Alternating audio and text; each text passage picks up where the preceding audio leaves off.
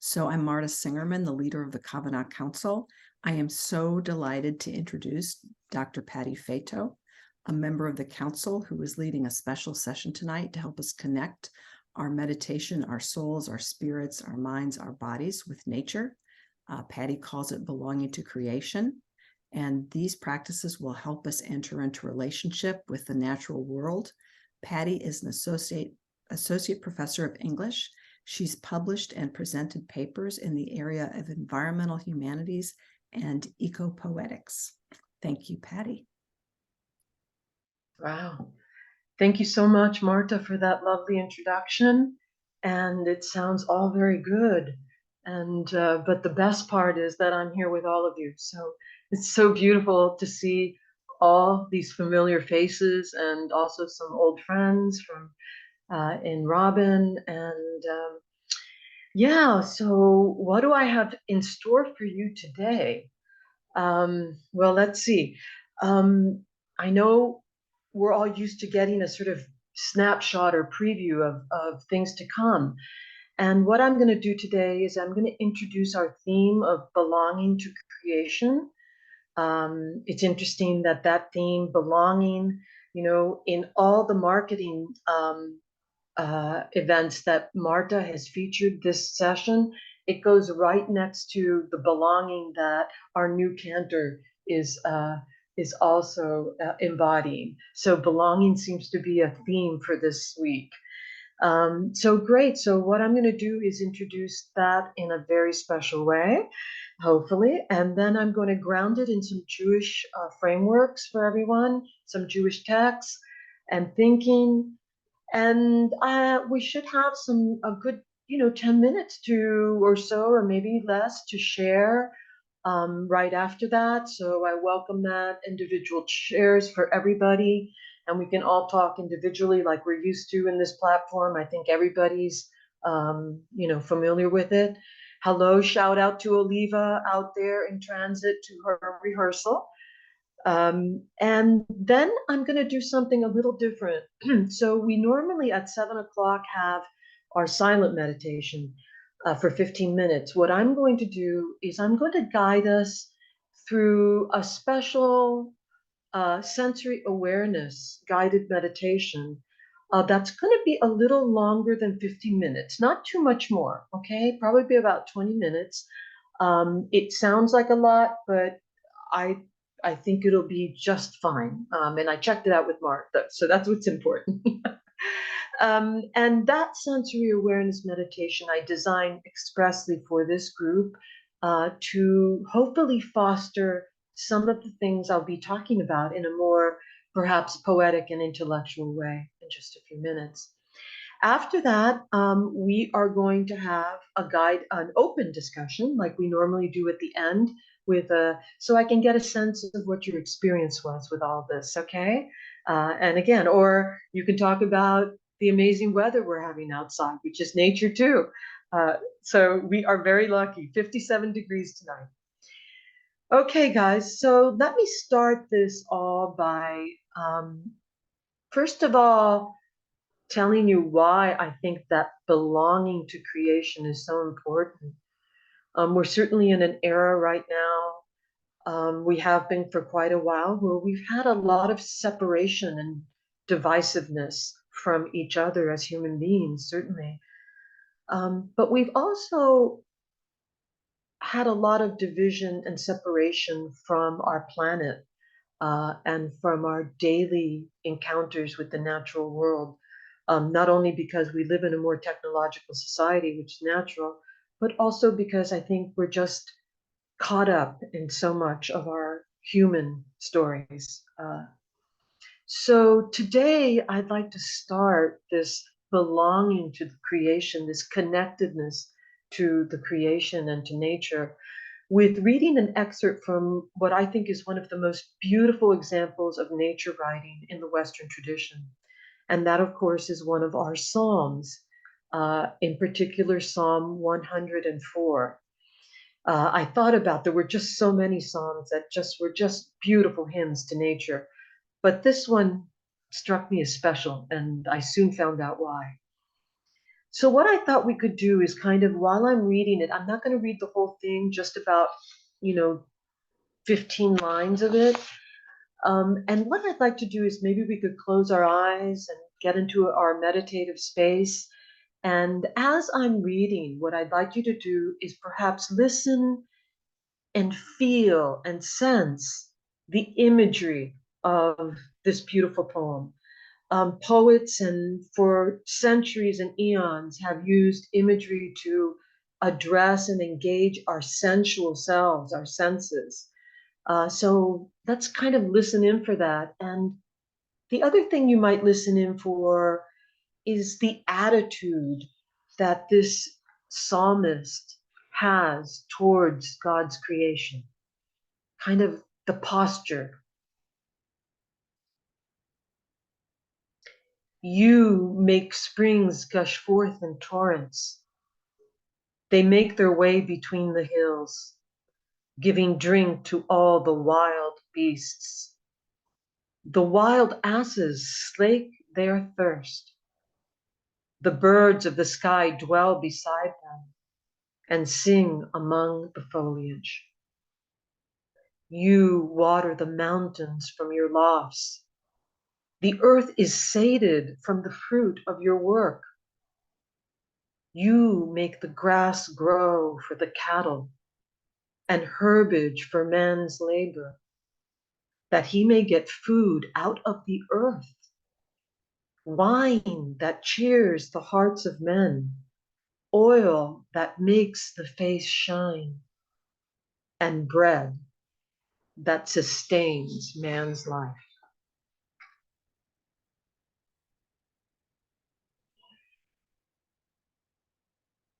So if you like, you can open your eyes now or just listen meditatively. The speaker of this beautiful psalm comes at the world with a certain attitude, and one I might describe as both an attitude of yearning and an attitude of gratitude. Almost sounds like a very new agey phrase, right? But that yearning for the beloved, of all these beautiful hymns, of the Song of Songs, it's here in this. And just so much gratitude. The psalm also describes the creation as one that provides sustenance to each and every one of its inhabitants. And most importantly, I'd say, to what we call in academic circles the more than human inhabitants of the world.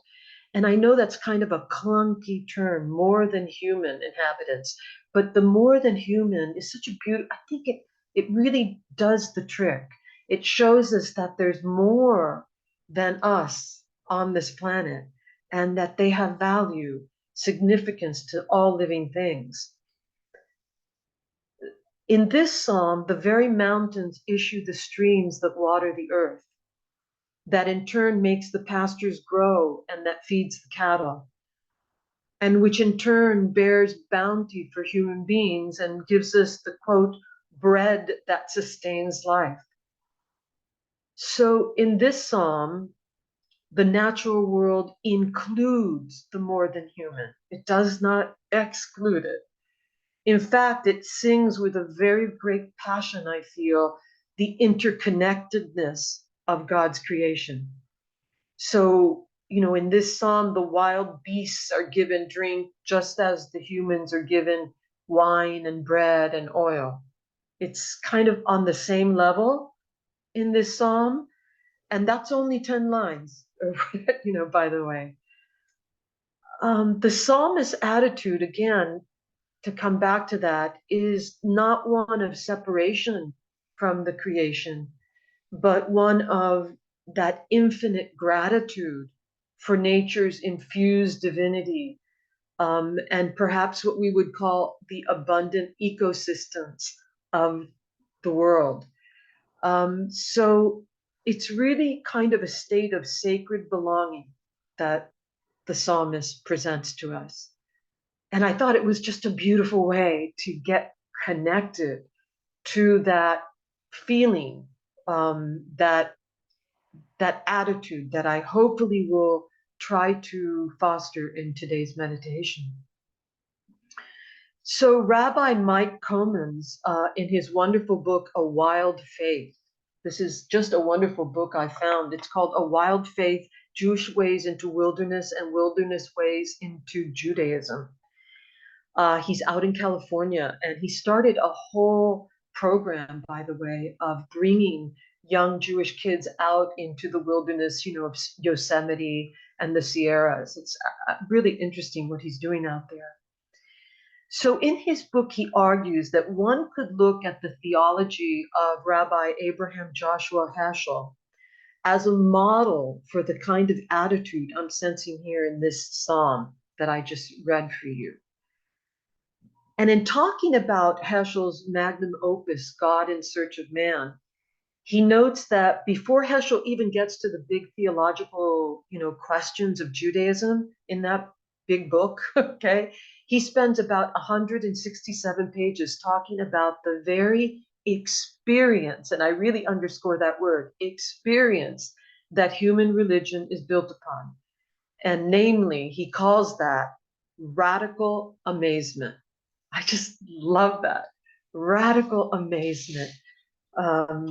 So beautiful. So Heschel identifies two attitudes that hallmark this radical amazement. And those attitudes are, not surprisingly, wonder and awe. Okay? Like I say, the wonderful and the awesome, right? He says that, quote, awareness of the divine begins with wonder. It's the result of what man does when his higher incomprehension takes root. So I love that higher incomprehension, kind of like a childlike incomprehension, an innocence of not knowing that brings us into that state of wonder. And he goes on to say that wonder in turn leads us to a sense of awe. So wonder moves to awe. Okay. I love even how it sounds, awe, the way you open your mouth and you just blurt it out like a little kid. Awe. So awe, says Heschel, enables us to perceive in the world intimations of the divine, to sense in small things the beginnings of infinite significance, to sense in the ultimate, in the common and the simple, and to feel in the rush of the passing the stillness of the eternal. I mean, if that's not poetry, I don't know what is. He's such a poetic writer and thinker.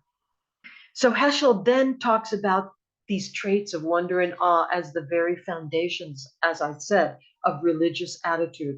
And I could safely extend that to a spiritual attitude, okay?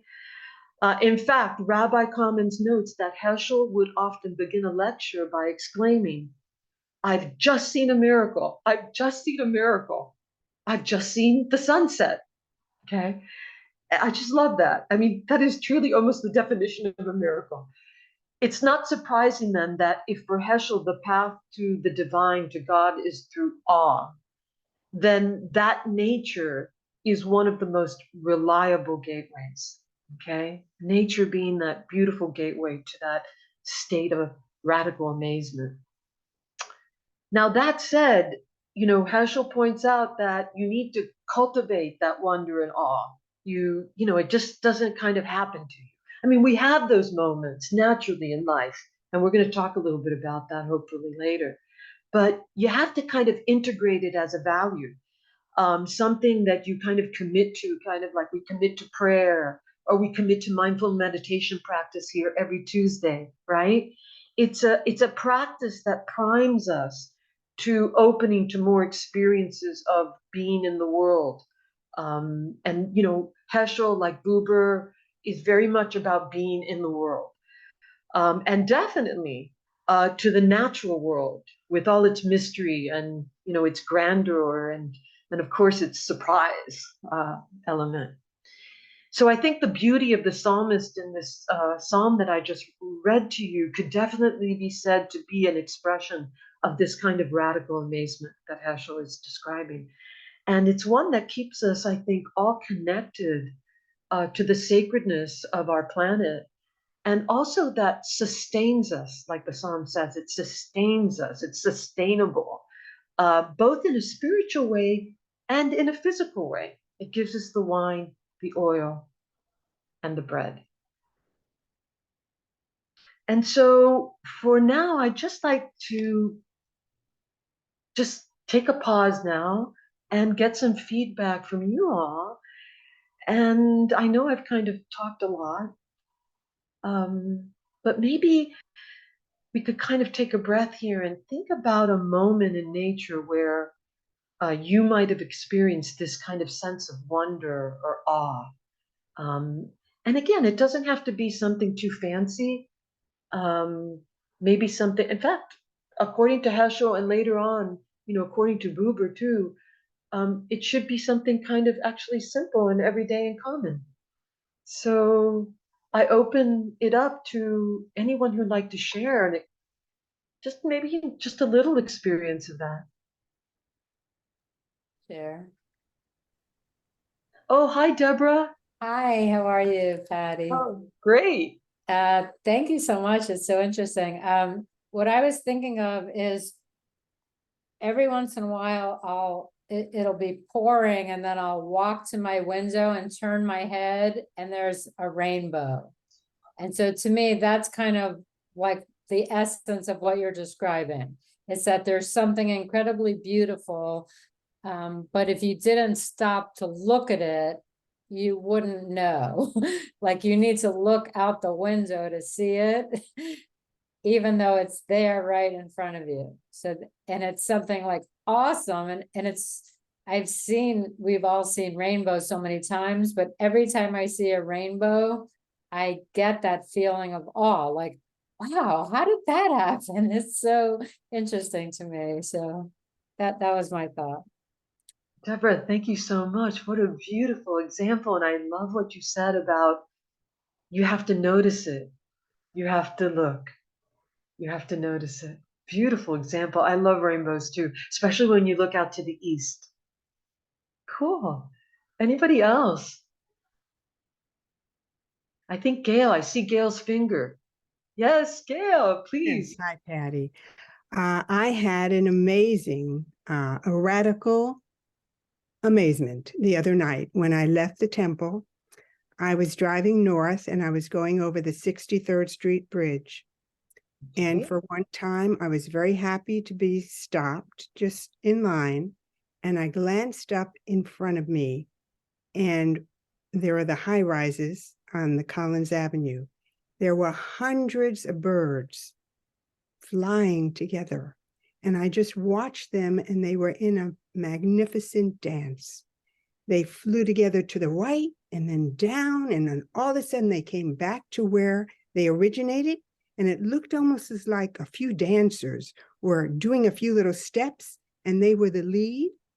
And then all of a sudden they rose up and they disappeared completely, and they came out in back of another building. And then my vision was blocked. But it was so incredible. I've never seen such a large amount of birds, and to be just like a ballet. It was just flowing. It was gorgeous. So thank you. It just brought it to mind for me. I'll never forget it. I loved it. It was great. Gail, thank you so much. Marta is smiling back there. Okay, is she smiling? Yes, I see her. She's smiling. Um, wow. Well, that's called a murmuration, and we were going to when the starlings group in those beautiful forms that actually Agnes, you had actually shared that with the group a couple of weeks ago that you thought the meditation group was like, this murmuration of birds. That's really, really beautiful. We were going to show a clip of murmurations. We couldn't get it to work, but Marta's going to be working on it as the opening instead of the Ose Shalom. We were going to have that as our opening today. So what a beautiful synchronicity that is. Okay, folks. Okay, I could feel Gail's awe and wonder, as she was even recounting it. Yeah, let's maybe one or two more. Anybody else? Yeah. Yes, Marty, nice to see you, It's Marty. nice to see you. Very interesting, the subject tonight. I just got involved in a series on Netflix, Our Planet, with Morgan Freeman, starting from the beginning until right now. I'm only up to the third or fourth 400 million years ago or so. But it's absolutely amazing to think that you can only have. I couldn't possibly say to you, neither. I don't think those, or I could either say to you, pick one thing that you're in awe of. I mean, it's, and especially after what I'm seeing today, I mean, it's even worse, not worse, but more. And for example, there's a street we go down every time we go out on 34th Avenue. It's just one street. It is the most beautiful street that you've seen. It's just absolutely just covered with trees. It's just absolutely beautiful. And we always remark about that. And then fortunately for us, our windows face west, and we get seeing some of the most gorgeous sunsets that you can possibly see. So you can't just, I couldn't, I don't think anybody could ever just say one. There's not one, it's too much, but I just thought that might be interesting. Beautiful. Thank you so much, Marty. That really brings it down to that idea, to that Heschel says about the simple, that we can have these sort of moments of, total awe, but that are larger, like if we were hiking in Yosemite or something. But we normally have them daily, he says, these small moments of awe and wonder. And just the tree line and the sun through the trees. It sounds like a lovely, lovely daily drive for you guys. And of course, if you see the beautiful sunsets to the west, that is also a miracle,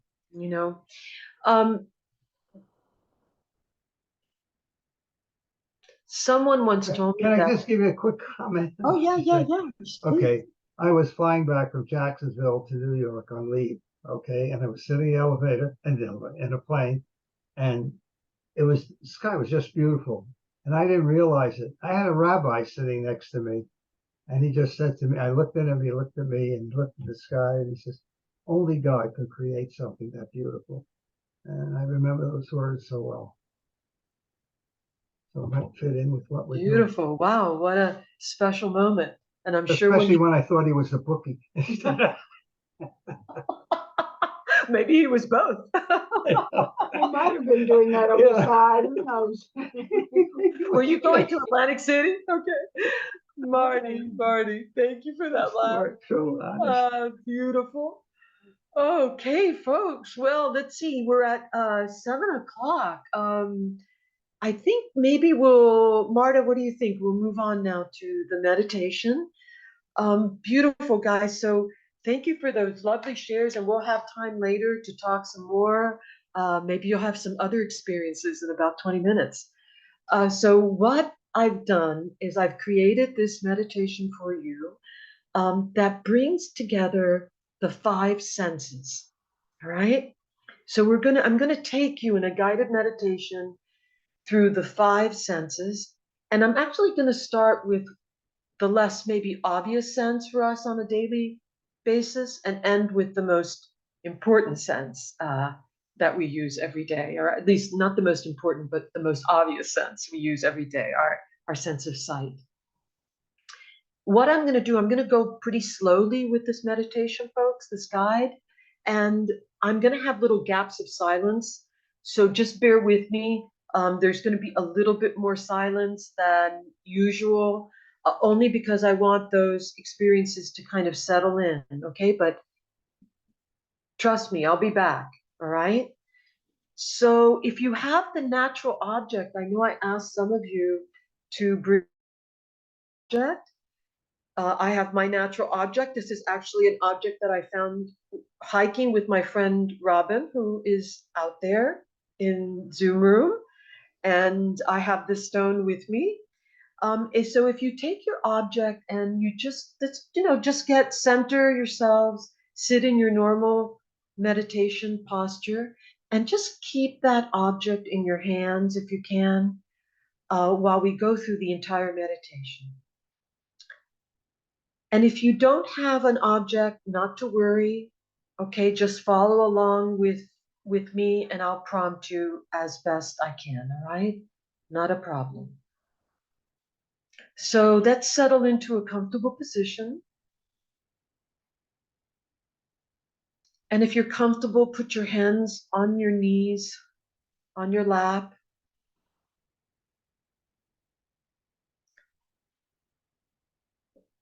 And if you like, you can turn the palms of your hands upwards towards the ceiling if you'd like to try something a little bit new. If not, no worries. If you'd like to scoot up a little bit, if those of you who are in chairs like to scoot up just a little bit to the edge of the chair, I find that bringing my knees lower like that than my hips elongates the back a little bit.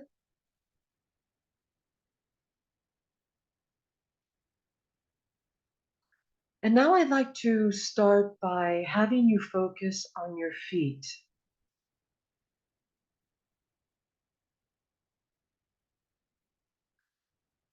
And there's nothing that you have to do, nothing that you have to force. Just focus on your feet. Maybe the balls of your feet, perhaps your heels.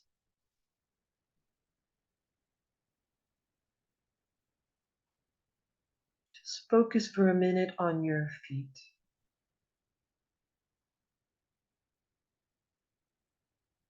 And then I'd like you to move your awareness slowly up your legs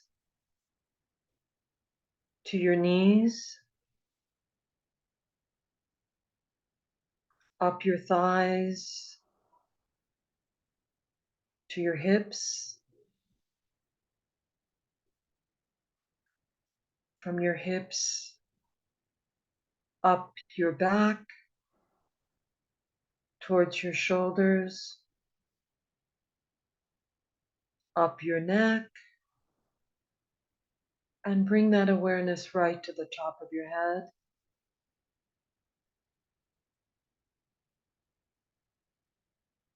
And what I'd like you to do is focus on your breath now.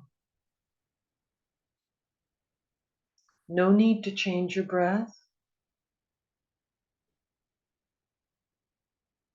Just focus naturally on the inhale, maybe on the exhale.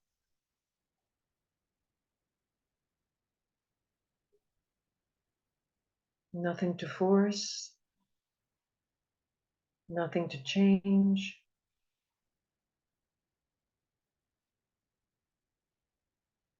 Now I'd like to focus our awareness on our first sense, our sense of smell. And we normally experience stronger smells. Smells like the fragrance of a perfume or a cologne in the elevator, or sometimes the more offensive odors, like the garbage heap. But today I'd just like you to smell what's in your immediate environment.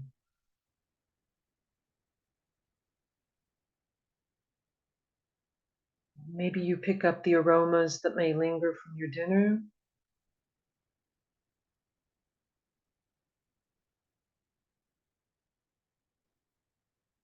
Maybe the scent of the detergent on your clothes.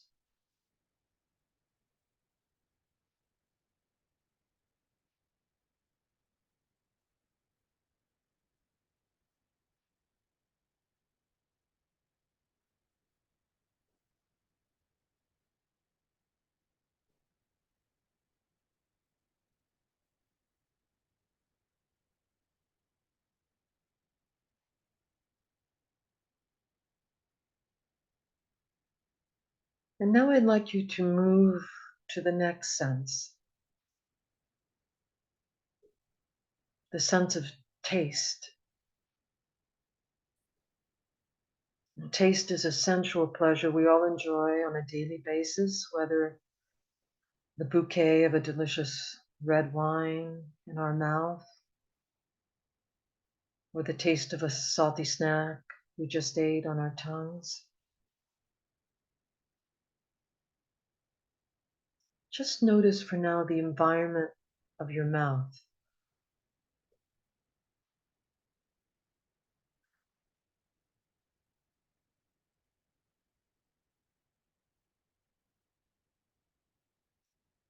Maybe you sense the aftertaste of a meal, any foods you've just eaten.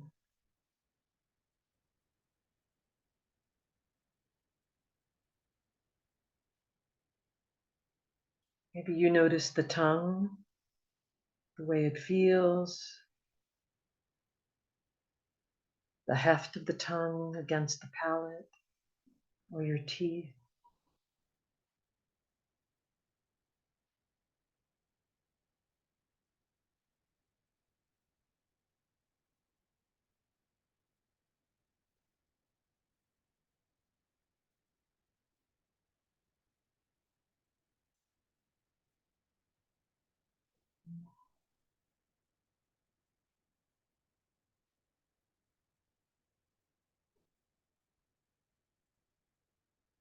And now I'd like to move us to our sense of hearing. And we're going to take this sense slowly and in a few steps of perception.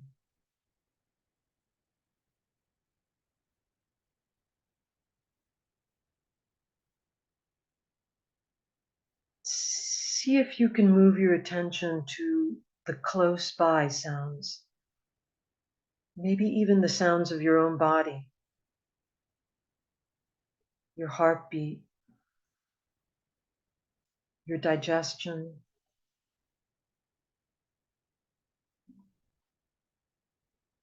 the sound of the breath moving through your nostrils.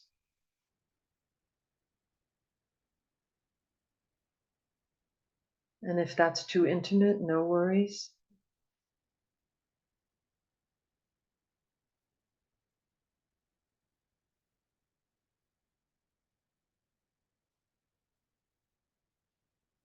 Now I'd like to open outward to the ambient sounds immediately around your body. You may hear the hum of the AC handler, a very typical sound in South Florida.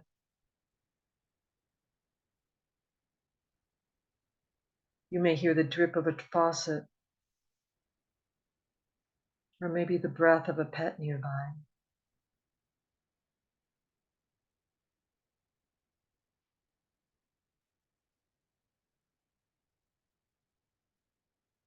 Just notice the immediate surroundings.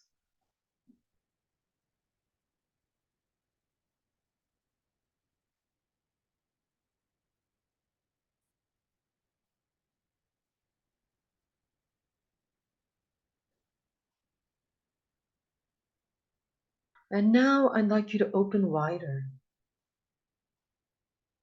and try to sense distant sounds. Sounds maybe further afield, outside. Maybe the hum of the traffic out in the street.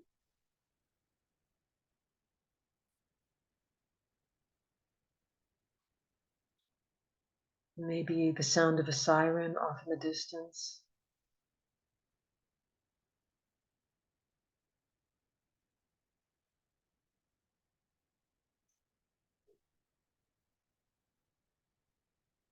Just try to widen your perception as far as you can outward.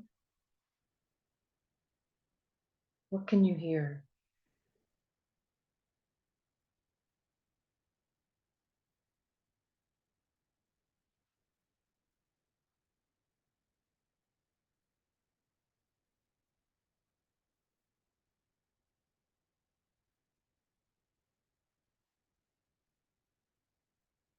And now I'd like to focus on our sense of touch, our skin contact.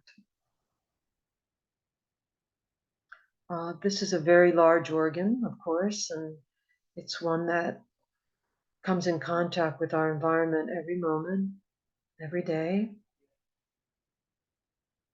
So let's see what it can tell us.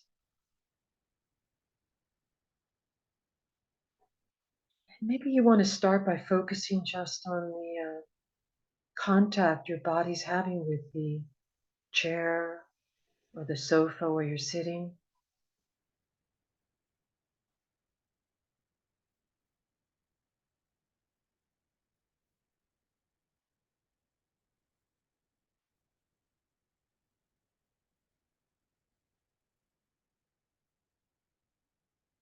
Maybe you can notice the temperature on your skin.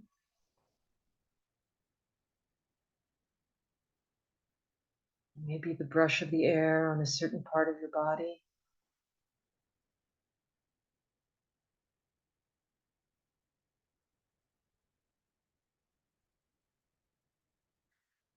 The texture of your clothing. Is it rough? Is it prickly? Is it smooth?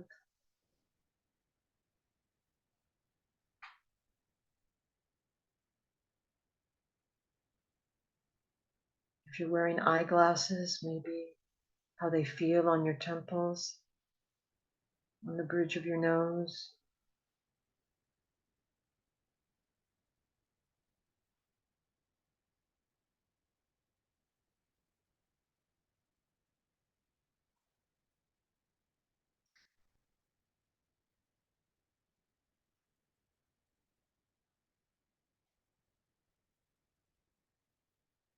Now, I want you to bring your attention to your hands in particular. And for those of you without a natural object, simply focus on your hands for the moment. Focus on maybe your fingers, on the palms of your hands, maybe the pulse on your wrists, any sense of moisture there.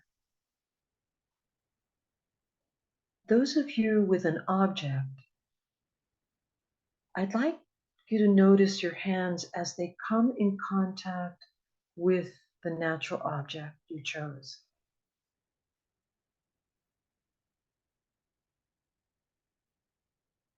And now I'd like you to sense that object.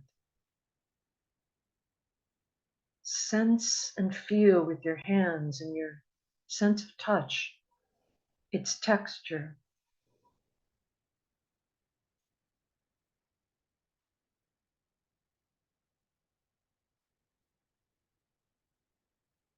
Maybe feel what temperature it has.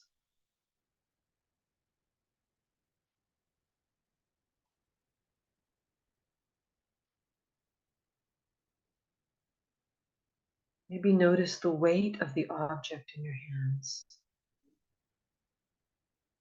How does that feel?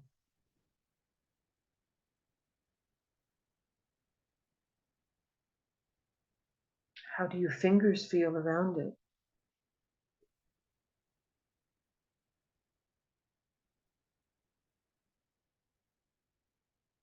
No need to give it any value. No need to think too much about it.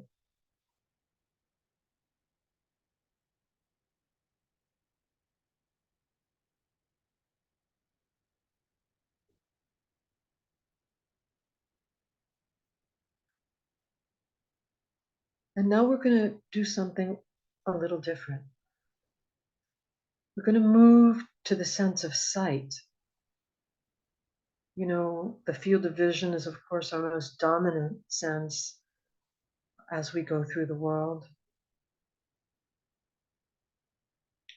I'm going to have you open your eyes in a second and guide you, and then we're going to close them again.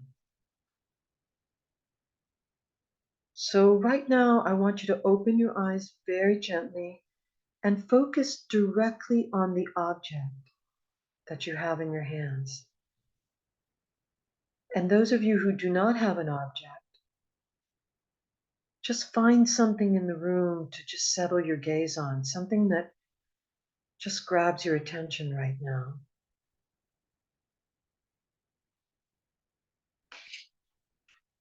And those of you who have an object, I'd like you to look at the object and to gaze particularly on a small quality of that object.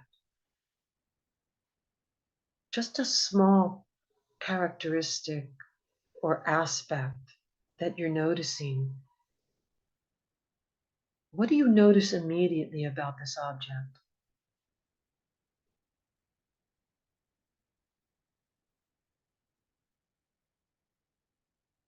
Is there something there that you might not have expected to see?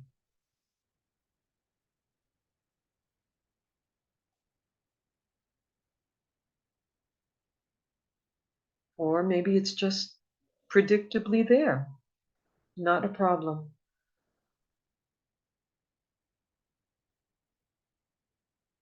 Just notice it.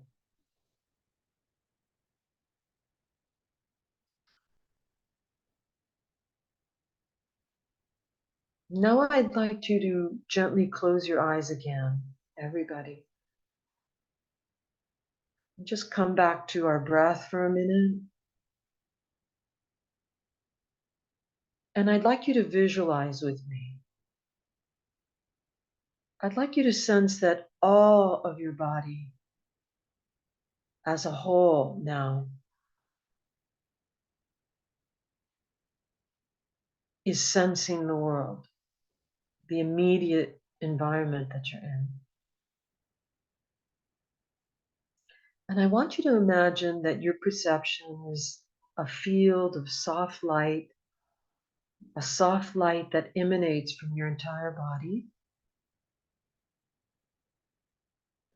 And that soft light touches everything in your immediate environment. As far out as it goes, it doesn't, whatever it is, let it fill all the space around you as if your body were in a bubble and that the bubble's edges touched everything beyond it. What do you sense?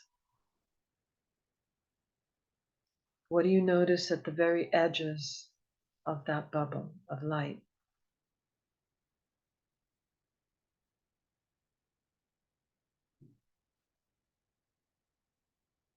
If nothing comes up, then nothing is fine.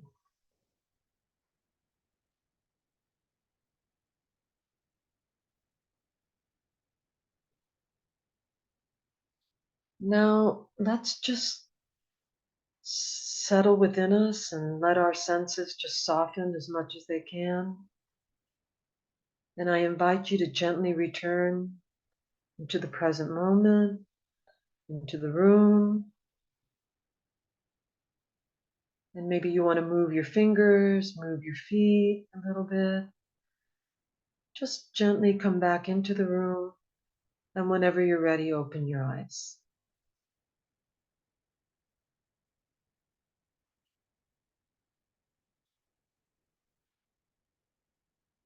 Shalom, everybody. Welcome back. Wow, okay, it's going to take us a little minute to sort of come back into the present there. But I'd love to know, obviously, it takes a little readjustment here. Got my object. I'd like to know what that experience was like for you. Anybody want to share or anything at all? Maybe something that came up during the meditation that you noticed. Nancy, radical amazement. Awesome. Nancy, we can't get your voice, but we'd love to hear what you experienced. Maybe you could type it into the chat if you're having a technical problem and I can read it out to everybody. And we'll wait while Nancy does that.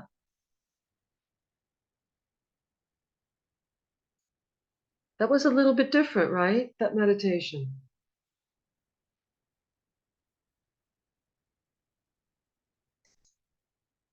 So it's kind of hard sometimes when we're meditating on, that's what we call an open meditation. It was guided, but it was open. Nancy says she felt a warmth at the edges of the bubble. Oh, that's beautiful, Nancy. Beautiful. Thank you so much. Did anyone have any perception or ideas or experience with the object that they were touching while we were going through that whole meditation? All answers are right, Roger. Yes. My object got warmer as I held it. It's a stone. It was cold, and I noticed that at one point it felt hot. It felt heavy, and I liked it. It was warmth. Okay. Beautiful. Beautiful. Roger, where'd you find that stone? It's Oh, cool. it's a pyramid. Oh, wow. I found it in Colombia. Mhm. It was in a neighborhood called Zona 13. Okay. That sounds beautiful. Yeah, I mean community 13. Okay. And this guy had a hacksaw in a stone, and as I looked closer, he was making little objects out of it and polishing it. Mhm. So it came from the mountains of Colombia somewhere. I'm The not sure. actual stones that he used for that. Yes, yeah, he was carving it himself. I've never seen that. Mhm. And that just spoke to you. You just had to have that pyramid. I did, because many different reasons why we like pyramids. Oh, well, what's one of your reasons? Well, actually, this guy I know, he was at the pyramids in Giza, and there was a village around there, and he took a picture of himself near the pyramid in Giza, Mhm. and as we got on and on in this discussion, he seemed to think that he knew who the Messiah was and he was the prophet. So actually, so now I'm like attracted to pyramids. And I thought, like, when I came back, I would give it to him if I saw him again. And instead, I liked it so much, I kept it for myself. Okay. But Beautiful. Wow, that really has a story. it does have a story. It does. I mean, and I don't make any proclamations of being the prophet or knowing who the Messiah is. I just have the pyramid. Okay, so the pyramid has some kind of holiness to it, at least potentially, It right? does, different colored stones. Yes, I'm looking And at it that's now. natural, isn't it? It's pretty cool. That is beautiful. Absolutely beautiful. Yeah. Thank you, Roger. Thank you, guys. No, thank you, Patricia. Thank you. Thank you. And I love your shirt, Roger. Very cool. Thank you. Thank you. Very nice. Yes. Okay, guys, anybody else have a different experience maybe than what they expected with the object, or saw something a little different or felt something a little different about the object?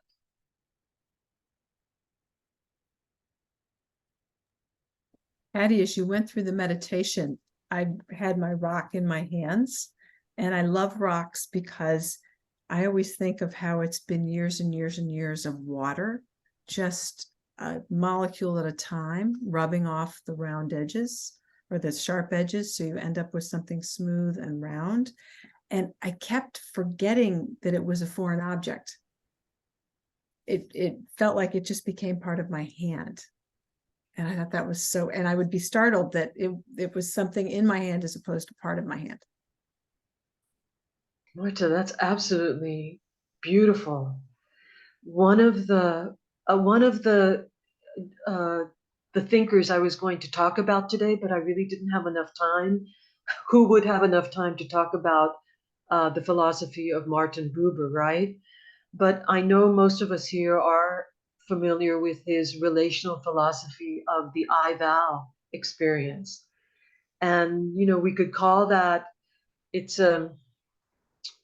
wow, an I-thou, you've almost explained an I-thou moment, Marta, right there.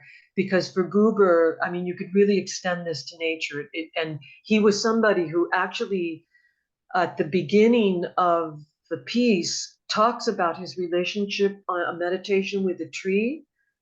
And he's meditating on the tree. And, you know, for Buber, we start out in our daily lives, we always live in this sort of I-it environment where it's an object, right, Marta?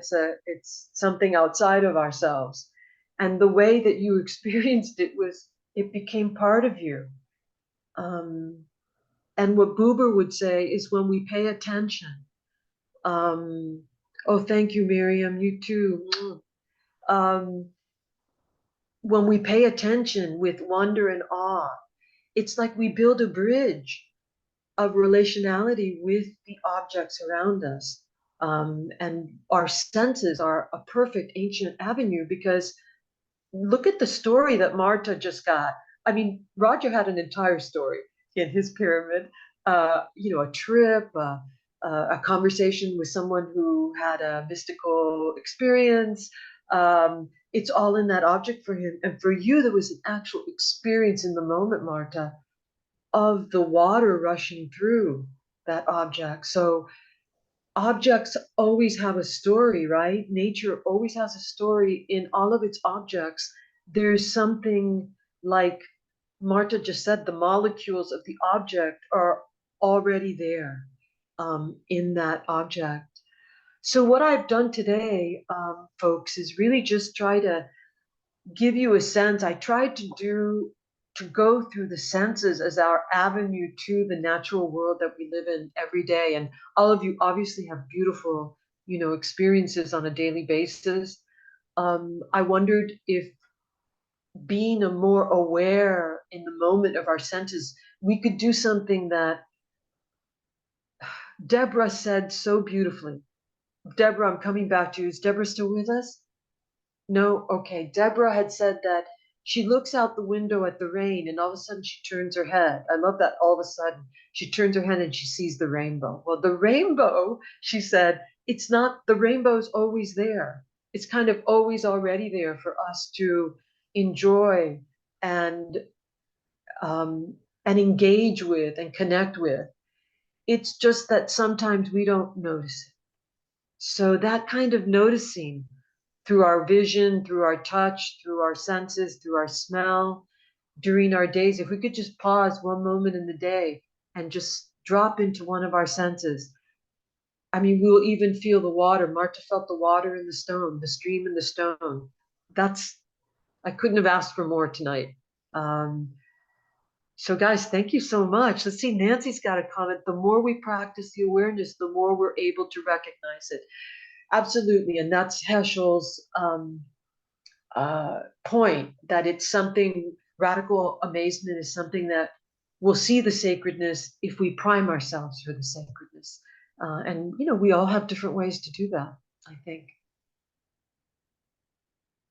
So Patty, thank you so, so much. So beautiful. What a wonderful perspective, and how gorgeously you woven the themes from Heschel and Buber and the Psalms. So thank you so much, everybody. Have a great week, mindful week, and we hope to see you next time. Happy Hanukkah, everybody. Thank Happy you. Happy Hanukkah. Thank you. Thank you. Bye, folks. Thank beautiful, you, Patty. Sherry. Thank for you, joining Patty. us. Thank you. Thank you, Bye, Patty. Roger. Bye, everyone. Bye, Robin. Thank you, Patty. Beautiful evening. Beautiful. Bye, Gail. Thank you for coming. Good Thank night. you. Thank you, Patty.